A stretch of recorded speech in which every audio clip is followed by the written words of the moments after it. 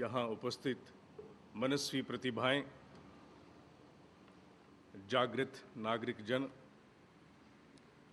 आज का विषय बड़े सामान्य शब्दों में शीर्षक रूप में उपस्थित है, लेकिन उसके पीछे का मर्म बहुत गहरा है। विषय है the decision, dedication and discipline, the 3D सूत्र फॉर द कमिटेड वंस। जिनके पास महान प्रयोजन होते हैं, संकल्प होते हैं, उन्हें अपने संकल्प की प्राप्ति के लिए अनेकों निर्णय लेकर के आगे बढ़ना पड़ता है। निर्णय लेना कोई एक बार का, एक समय का काम नहीं है। महान लक्ष्य की पूर्ति के लिए अनेकों पड़ाव आते हैं और अनेकों पड़ाव ये मांग करते हैं कि अनेकों निर्णय लिए जाएं। जहां एक तरफ निर्णय लिए जाते हैं, प्रत्येक निर्णय की रक्षा करता है समर्पण, डेडिकेशन। क्योंकि मूल लक्ष्य से अगर भिन्न होकर के निर्णय ले लिया गया तो उसकी रक्षा कौन करेगा? समर्पण। समर्पण यह सुनिश्चित करता है, द डेडिकेशन एंश्योर्स, कि जो निर्णय लिया गया है वो मूल लक्ष्य से हट करके नहीं लिया गया। और समर्पण की रक्षा कौन करता है? समर्पण की रक्षा करता है आत्म अनुशासन, द डिसिप्लिन, कि कहीं समर्पण के ध्येय बदल तो नहीं गए हैं। चले थे कहां के लिए, रास्ता बीच में से कट गया, बदल गए, हमारे अनुशासन ही बदल गए, हमारे समर्पण बदल गए। ऐसा बहुत जगह होता है कि महान लक्ष्य के लिए लोग निकलते हैं, लेकिन रास्ते में पड़ाव के निर्णय बहुत कुछ बदल डालते हैं। इतना कुछ बदल डालते हैं कि समर्पण बदल जाते हैं। निर्णय ही नहीं बदलते, समर्पण बदल जाते हैं। समर्पण ही नहीं बदलते, बल्कि अनुशासन प्रभावित हो जाता है, और फिर जो चाहिए था वो नहीं होता, कुछ अनर्गल होता है। इसका सबसे बड़ा उदाहरण ऐसा है जो हमारे आर्ष ग्रंथों में गंगापुत्र भीष्म के रूप में स्थापित है। इतना ऊंचा कद उनके यहां की लोक परंपरा थी। मुझे एक बहुत प्रकांड विद्वान ने बताया कि भीष्म पितामह के यहां ये लोक परंपरा थी कि हम अपनी प्रजा को सर्वश्रेष्ठ उत्कृष्ट श्रेणी का शासन व्यवस्था प्रदान करेंगे, जिसके लिए वो अपने पूरे परिवार में से सबसे योग्य व्यक्ति को वर्ण करते थे और उसके हाथ में राज्य सत्ता सौंप देते थे। बल्कि उनकी कुल परंपरा यह भी थी कि अगर उन्हें अपने परिवार में योग्य व्यक्ति नहीं मिला जिसे वर्ण करके वो शासकीय व्यवस्था सौंप सकें, तो ढूंढते थे और दूर दूर देश देशांतरों में ऐसे जीव की तलाश करते थे जिसे वो सत्ता सौंप सके। क्यों? क्योंकि सबसे बड़ा लक्ष्य एक ही था, उद्देश्य एक ही था। वो क्या? और वो ये था कि जो प्रजा है, they must benefit of the best quality of governance.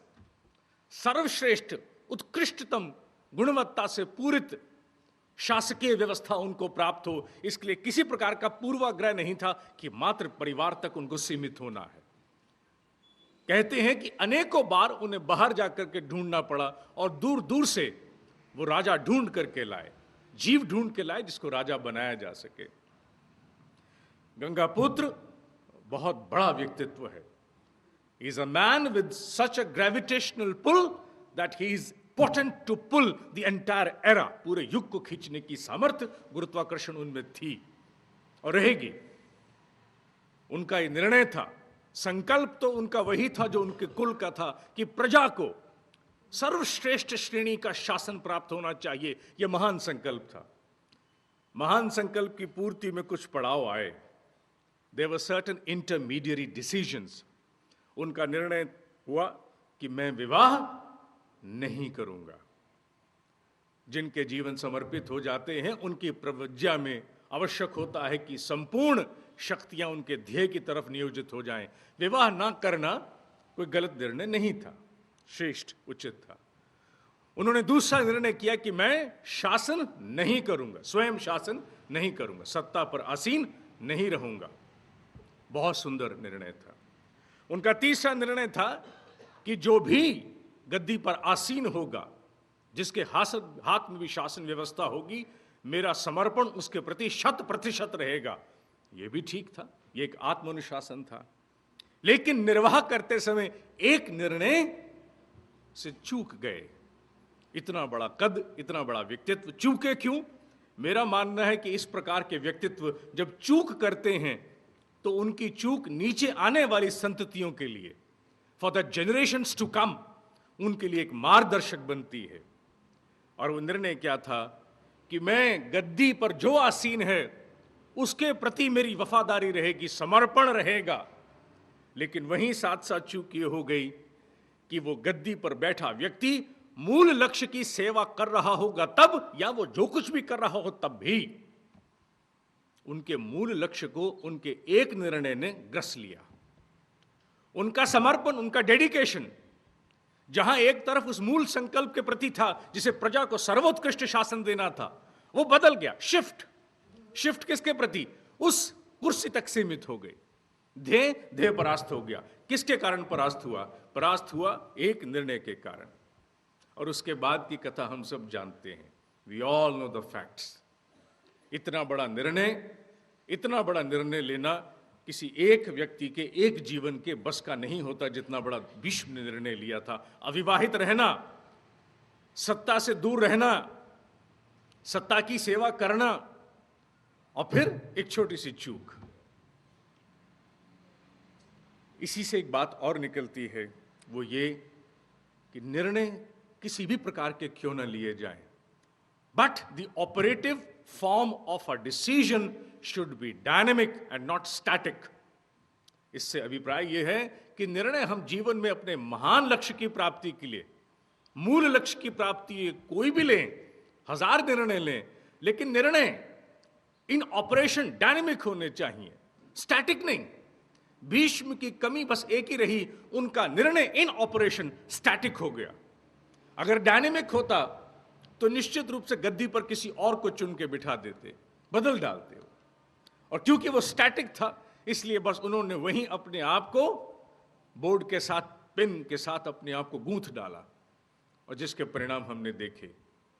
जब हम स्वतंत्रता प्राप्त कर रहे थे तो 47 के बाद 50 में हमारे भी समर्पित तपस्वियों ने इसी प्रकार के एक मूल लक्ष्य को, राष्ट्र की पूरी परिधि को समेटते हुए, इसके पूरे सर्वांगीण विकास को देखते हुए एक स्वप्न संजोया था। उस स्वप्न को उन्होंने संकल्प रूप में, महान संकल्प रूप में अपने सामने रखा।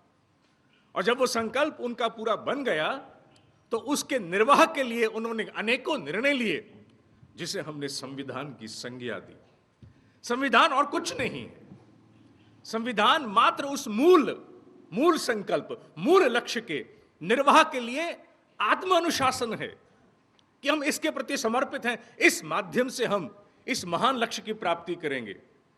आपको निश्चित रूप से विदित होगा कि इसी कारण उन्होंने पूरे संविधान में अपने स्वप्न को भी स्थान दे दिया।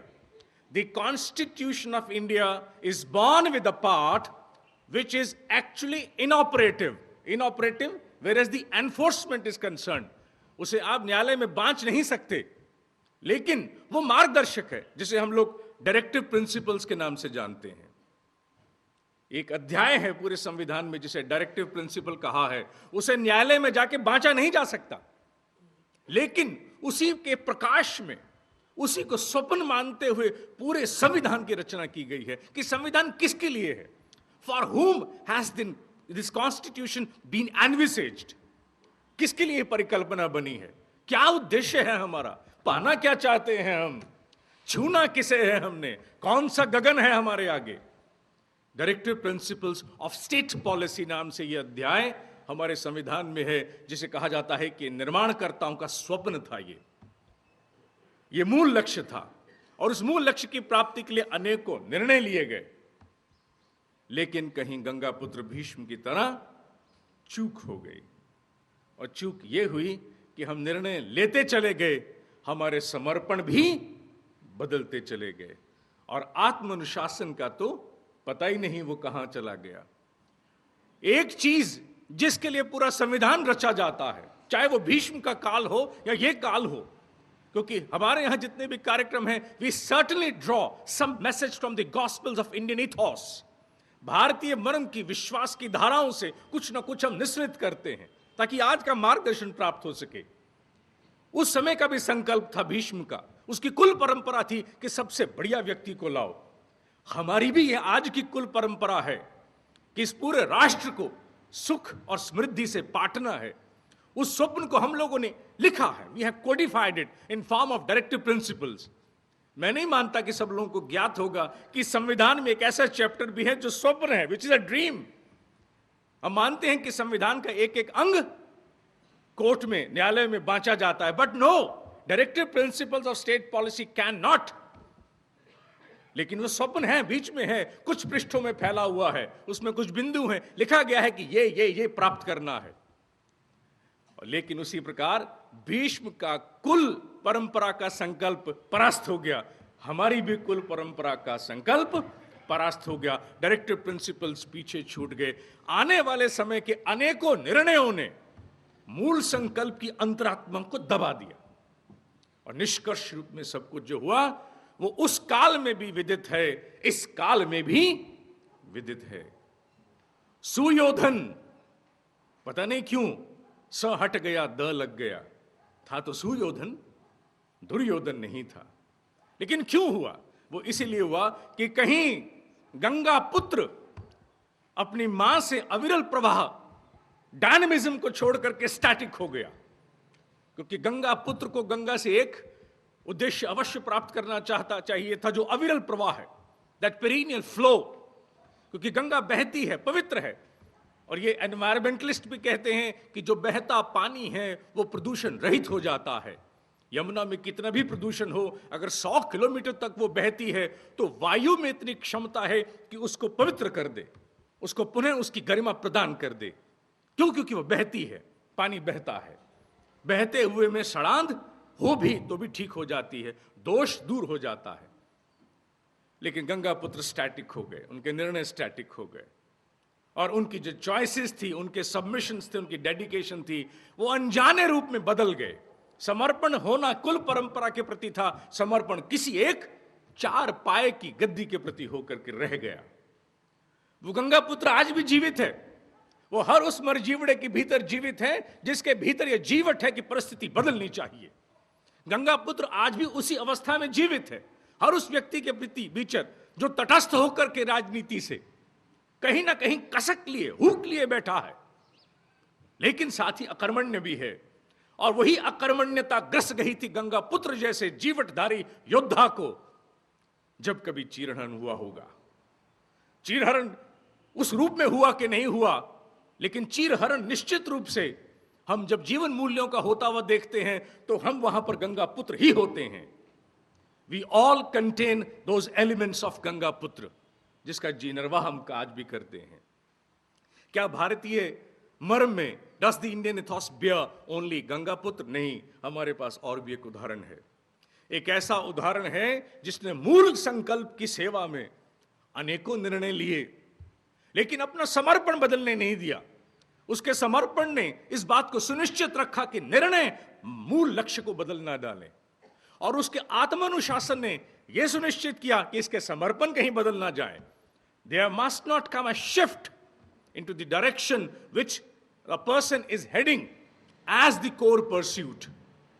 उस चरित्र का नाम आपने संभवतः सुना होगा, मुझे भी उसके बारे में ज्ञात है। नाम है कुमारिल भट्ट।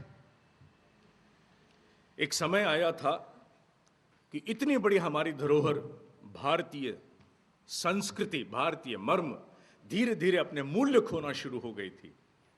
अनेकों प्रकार की कुरीतियां, दुष्प्रचलन हमारी पूरी संस्कृति में व्याप्त होने शुरू हो गए थे। यज्ञ जैसा महान वैज्ञानिक प्रयोग दूषित हो चला था। वो बड़े बड़े श्रेष्ठ पद जहां पर हम लोग आचार्यों को देखते थे, उपाध्यायों को देखते थे, वो धीरे धीरे कहीं संकीर्ण होते जा रहे थे। व्यवसायीकरण हो रहा था, जीवन मूल्य गिर रहे थे। और ईश्वर की हमेशा से अभिलाषा रही है कि जब भी कभी ईश्वर अपने घान में दोष देखता है तो सुधार के लिए एक अभियान, एक वैचारिक क्रांति या कोई जीव उत्पन्न कर देता है, जिसके माध्यम से समुद्र मंथन होता है और फिर विष और अमृत को अलग कर दिया जाता है। यह ईश्वर का खेल है। और ईश्वर इतना चतुर है कि एक काल में ऐसी अपनी दो विशेषताओं को जन्म देता है जो एक दूसरे को काटती हैं, पूरक होते हुए भी। जैसे जहां गंगा पुत्र भीष्म थे, वहीं there was a character which we know, Krishna. जहां गंगा पुत्र भीष्म ने अपने डिसीजन, डेडिकेशन और डिसिप्लिन का निर्वाह स्टैटिक फॉर्म में किया, कृष्ण जितना डायनामिक कोई नहीं था। कृष्ण ने हर वो नीति अपनाने की कोशिश की जिससे यह सुनिश्चित हो सके कि जो उचित है, जो जीवन मूल्य है, उसकी स्थापना हो सके। कृष्ण हर सीमा तक गए। If you want to see the dynamism in operation under the stream of discipline, decision and dedication, see Krishna. Krishna और कुछ नहीं, ईश्वर के द्वारा जन्म दिया गया ऐसा पात्र है जिसके माध्यम से उसी भीष्म के सामने एक आदर्श भी स्थापित किया है। यह ईश्वर की हमेशा से विधा रही है। वो गौतम बुद्ध और महावीर को साथ साथ एक ही समय में जन्म दे देता है।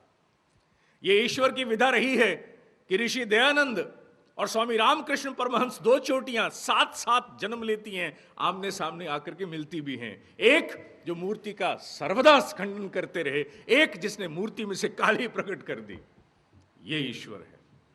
वो दोनों चोटियां खड़ी करना जानता है।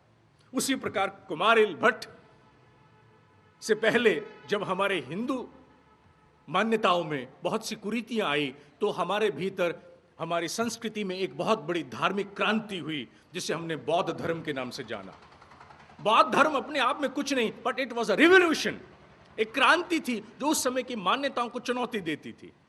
और बहुत सी सफाई, हमारी जितनी भी मान्यताएं थी उसमें बहुत सफाई का काम बौद्ध धर्म ने किया।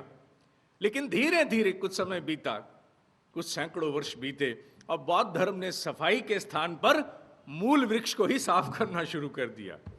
ऐसा समय आ गया कि बौद्ध धर्म अपने पालन अनुपालन से अधिक इस बात की चिंता करने लगा कि हम हिंदू मान्यताओं को किस प्रकार पूर्णतः निरस्त करें, क्योंकि शासन व्यवस्थाएं भी उसके अधीन आ चुकी थी।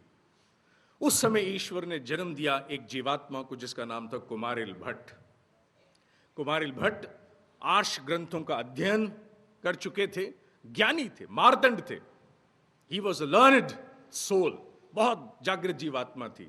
उन्होंने मन में सोचा कि इतनी बड़ी हमारी वैज्ञानिक परंपरा, भारतीय मर्म, इंडियन इथॉस, और इसको बौद्ध धर्म ने साफ करने के स्थान पर अब तो साफ ही करना शुरू कर दिया है। अर्थात सुदर्शन चक्र में सुदर्शन की स्थापना कम और सुदर्शन का चक्र ज्यादा चल रहा है। तो उन्होंने कहा नहीं, इसमें कुछ करना पड़ेगा, वी मस्ट डू समथिंग। लेकिन उन्हें बौद्ध धर्म के बारे में कुछ ज्ञात नहीं था। कुमारिल भट्ट एक निर्णय लेते हैं कि मैं बौद्ध धर्म में दीक्षा लूंगा। क्यों? क्योंकि मेरा मूल लक्ष्य है कि भारतीय मर्म की पुनः स्थापना करूं। वो वैज्ञानिक विश्वास जिन्हें ऋषियों ने सैकड़ों हजारों वर्ष में विकसित किया है, जो हम तक थाती रूप में श्रुतियों के माध्यम से आया है, उसकी स्थापना होना आवश्यक है। ठीक है, जब कभी सड़ांध होती है तो हम निश्चित रूप से जाले साफ करते हैं, हम बुहारते हैं, पोछे लगाते हैं, लेकिन हम इमारत नहीं उखाड़ डालते। लेकिन अब तो इमारत उखड़ रही है, सफाई तो ज्यादा, सफाई से ज्यादा काम हो गया। अब पोछे ने फर्श उखाड़ना शुरू कर दिया। कुमारिल भट्ट ने बौद्ध धर्म में दीक्षा प्राप्त की, और दीक्षा प्राप्त करने का उद्देश्य एक ही था कि मुझे बौद्ध धर्म के विषय में वो संपूर्ण ज्ञान चाहिए जिसे जानने के बाद मैं कम से कम वो विवेचना समाज के सामने उपस्थित कर सकूं कि भारतीय मर्म कितना स्वर्णिम है और तुम एक मात्र छोटे से विश्वास के साथ कितनी बड़ी हानि कर रहे हो। उन्होंने बौद्ध धर्म में दीक्षा प्राप्त की, और जब भी आप किसी नए विश्वास में दीक्षा प्राप्त करते हैं तो यह आवश्यक हो जाता है कि आप उसके प्रति समर्पण रखेंगे। उन्होंने बौद्ध धर्म में दीक्षा प्राप्त करके पूरा ज्ञान प्राप्त किया। ज्ञान प्राप्त करने के बाद एक दिन ही सिंपली क्विटेड, कूद करके बाहर आ गए, I am no more with बौद्ध धर्म। और बाहर आकर के उन्होंने खंडन मंडन शुरू कर दिया। उन्होंने बौद्ध धर्म की विचारधारा को समझने के बाद आद्योपांत भारतीय मर्म की विशेषताओं को सामने रखते हुए लोगों के सामने खंडन शुरू किया कि ये अच्छा है, ये नहीं अच्छा है, आदि आदि। ये करते समय उनके मन में ग्लानि थी। ग्लानि क्या थी? कि मेरा मूल लक्ष्य तो ये था कि मुझे भारतीय मर्म, भारतीय संस्कृति की पुनः स्थापना करनी है, लेकिन ये जो मेरा इंटरिम डिसीजन एक हो गया है, महान लक्ष्य की सेवा में एक निर्णय ऐसा हो गया है जो भीतर ग्लानि उपस्थित कर रहा है, और वो ये कि मैंने बौद्ध धर्म की दीक्षा ली, लेकिन अब मैं विश्वासघात कर रहा हूं, कहीं मैं उसी को काट रहा हूं जिसकी मैंने दीक्षा ली। उनके भीतर ये ग्लानि थी। उनके भीतर decision, dedication and discipline, they were most dynamic, alive, मरा नहीं था कुछ भी। उन्होंने फिर अंतोदगत्वा निर्णय किया, अब मैंने बहुत खंडन कर लिया, अब मुझे प्रायश्चित करना चाहिए। हमारे यहां पर एक प्रावधान है भारतीय मर्म में कि अगर जीव अपने जीवन में कोई महान संकल्प ले लेता है और उस संकल्प को तोड़ता है, तो तोड़ने के फलस्वरूप उसे प्रायश्चित करना चाहिए, ऐसा विधान है। और जितना बड़ा संकल्प टूटा, उसी के अनुरूप आत्म अनुशासन का पालन करते हुए you have to decide suo motu, अपने आप स्व प्रेरित होकर सोचना होता है कि मैं अपने लिए यह दंड सुनिश्चित करता हूं, यह प्रायश्चित सुनिश्चित करता हूं। कुमारेल भट्ट कोई छोटी जीवात्मा नहीं थी। उन्होंने निर्णय लिया कि मैं अपने आप को भूसे की अग्नि में भस्म करूंगा, समाधि ले लूंगा। भूसे की अग्नि, कहते हैं कि भूसा जो है वो लकड़ी की तरह भड़बड़ करके नहीं जलता, प्रचंडता को प्राप्त नहीं होता, तिल तिल के जलता है। बहुत धीरे धीरे भूसे की अग्नि अपने आप को प्रचंडता को प्रदान करती है। और उस समय संकल्प था प्रायश्चित का कि भूसे में बैठो, भूसे के ढेर में, और अग्नि जला दो। वो धीरे धीरे सुलगती सुलगती तुम्हें भी सुलगा देगी और तुम तिल तिल के भस्म हो जाओगे। It was not a small decision, it was not a small decision. और उन्होंने अपने आप को भूसे की अग्नि में बिठा दिया। ईश्वर का काम अभी थोड़ा अधूरा था। ईश्वर तब तक जन्म दे चुके थे आदि गुरु शंकराचार्य को। आदि गुरु शंकराचार्य आर्ष ग्रंथों का अध्ययन बहुत छोटी आयु में कर चुके थे, क्योंकि जागृत जीवात्मा थी, पुराने संस्कारों से बहुत कुछ लाए थे। उनके मन में भी यही आया कि बौद्ध धर्म सफाई के स्थान पर हानि कर रहा है, मुझे इसके लिए कुछ करना चाहिए। तो उन्हें किसी ने बताया था कि तुम्हें अगर कुछ करना है तो जाओ जाकर के कुमारेल भट्ट से दीक्षा ले लो, क्योंकि वो भी आजकल यही कार्य कर रहे हैं, उनके पास दोनों प्रकार का ज्ञान है। और शंकराचार्य चल दिए कुमारेल भट्ट से मिलने। कहते हैं कि जब शंकराचार्य कुमारेल भट्ट से मिलने के लिए पहुंचते हैं, तब तक वो भूसे में समाधि के लिए बैठ चुके थे। अग्नि तब तक धीरे धीरे बढ़ रही थी। लेकिन these people who have yearning, people who have deep resolution inside, do not have alternates कि शंकराचार्य आ गया, मैं थोड़ी देर के लिए बाहर आ जाऊं। नो, जैसे ही शंकराचार्य को आता हुआ देखा, ज्ञानी थे, भीतर बोध था, देखते ही कहने लगे, बहुत देर बाद आए हो प्रभु, मैं तो आपसे दीक्षा लेने आया हूं। तो शंकराचार्य, मैं दीक्षा देने की स्थिति में अब नहीं हूं, तुम देख रहे हो मेरी अवस्था, कुछ ही पलों में संभवतः वाणी भी समाप्त हो जाएगी। तो प्रभु, मैं तो इस उद्देश्य से आया हूं, तो तेरा उद्देश्य बाद में पूरा होगा, उसके लिए मैं अपने अर्जित तप को तुझे प्रदान करता हूं, लेकिन तू पहले काम कर, क्योंकि तू योग्य है, इसलिए मुझे तारक मंत्र सुना। कहते हैं हमारे यहां अध्यात्म में एक तारक मंत्र है।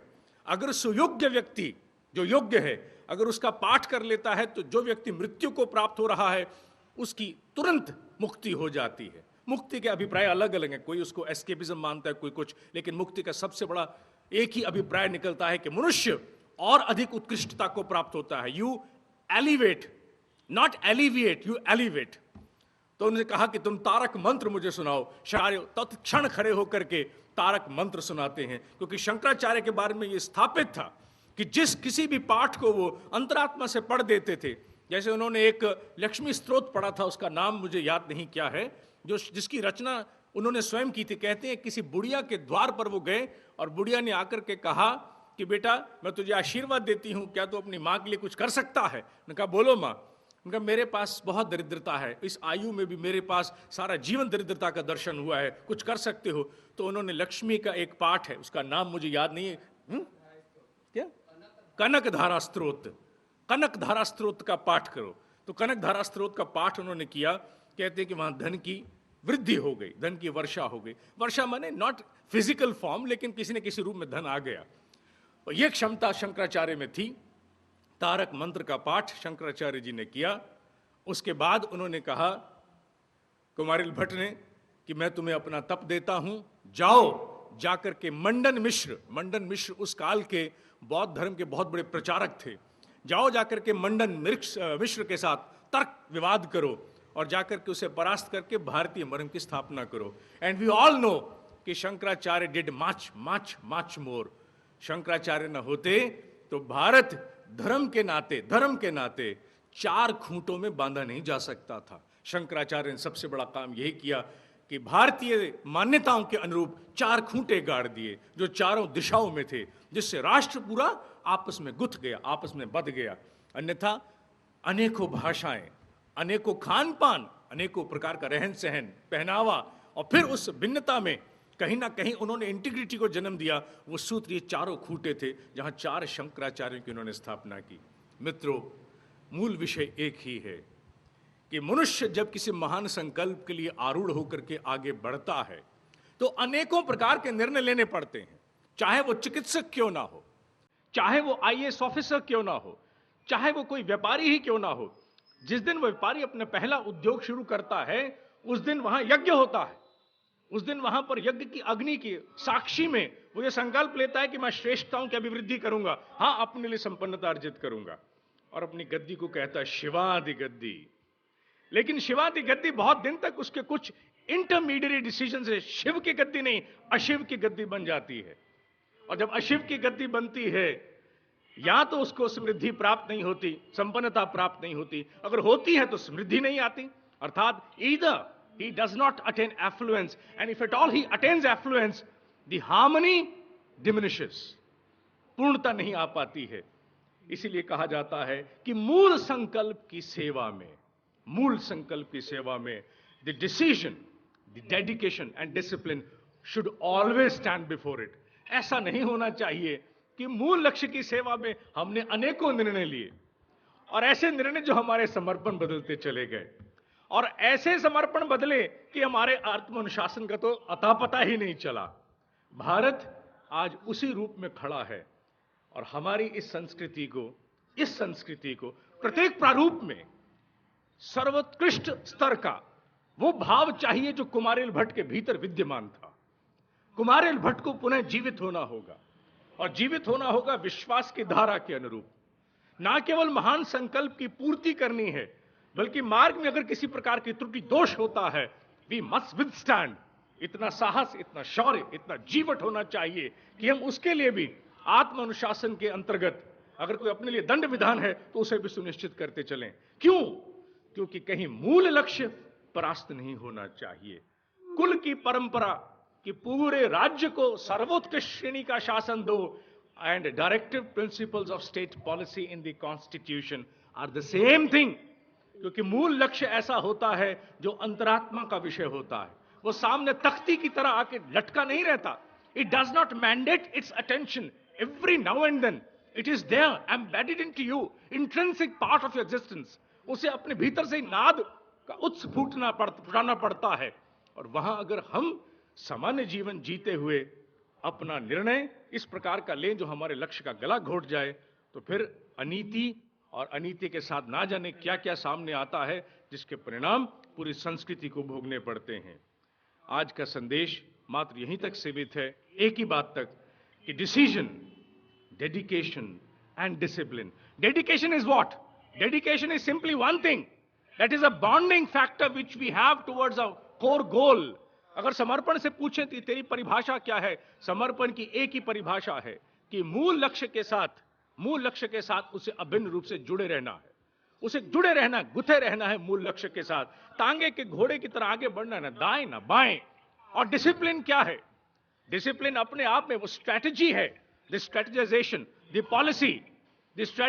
Policies which we have to undertake while we pursue our core pursuit. जब मूल लक्ष्य को लेकर आगे चलते हैं तो उसमें नाना प्रकार के निर्णय, नाना प्रकार के समर्पण कहीं हमें व्यतिरेक उत्पन्न न कर दें।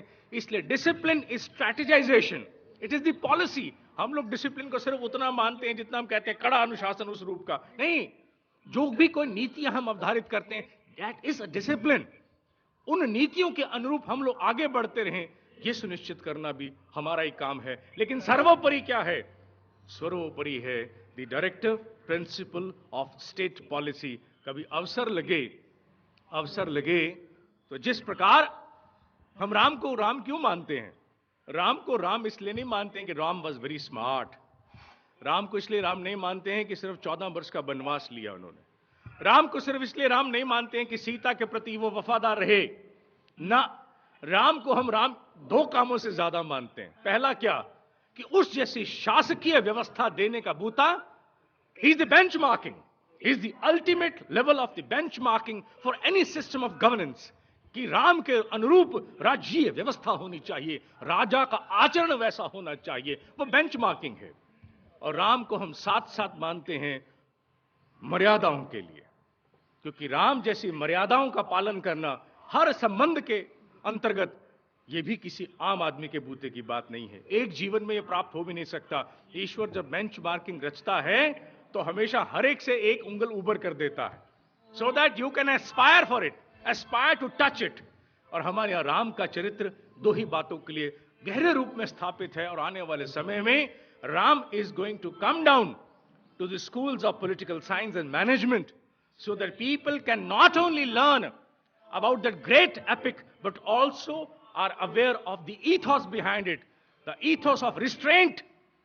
क्योंकि हम लोग पाश्चात्य संस्कृति में हर चीज की मैनेजमेंट की बात करते हैं। हम लोग बात करते हैं time management, event management, resource management, thought management, जबकि हमारे भारतीय अध्यात्म में मैनेजमेंट नाम से कोई शब्द नहीं है। हमारे यहां शब्द है संयम, restraint. Because if you are not righteous, हो सकता है गलत का भी मैनेजमेंट आप शुरू कर दें।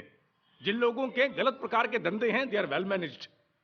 गलत प्रकार के धंधे अच्छे प्रकार के धंधों से ज्यादा वेल मैनेज्ड हैं। इसलिए हमारे यहां भारतीय मान्यताओं में कहा जाता है संयम, thought restraint, time restraint, restraint of the resource. ये राम से सीखना जाता है। Ram is the highest idol for restraint, for establishment of restraint. क्योंकि अगर राम नहीं है तो highest idols of restraint की स्थापना नहीं की जा सकती है।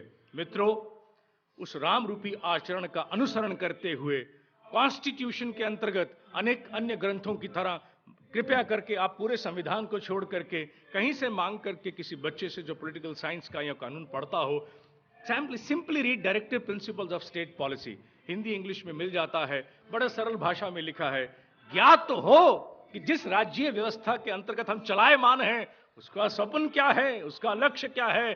भीष्म पहले बनने से पहले हमें लक्ष्य का बोध होना आवश्यक है। धन्यवाद।